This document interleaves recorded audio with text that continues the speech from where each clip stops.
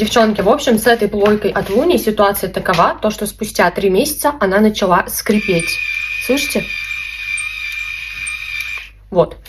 И мне, короче, это не понравилось, потому что плойка действительно классная. И я заказала, короче, Луни плойку 2.0. Давайте ее потестим. К моему великому сожалению, но это единственная плойка, которая держит долго мои локоны. В общем, сама плойка. Кстати, она прям такая посерьезнее. Мы положили 2 заколочки. В общем, как-то так они выглядят. Но вот это, естественно, поприятнее. Кстати, режимов здесь 5. Я поставлю самый большой, а там всего 3. Ну, как бы, как-то так. В прошлой версии там были удобные зажимы розовые.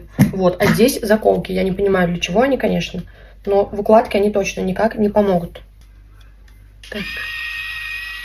На этой плойке как будто он локон держит поплотнее.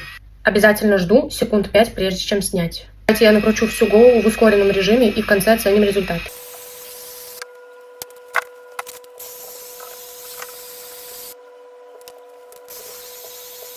Фух, запарилась. Сейчас я расчешу вот такой расческой. И, в принципе, все. Пусть чуть остынут.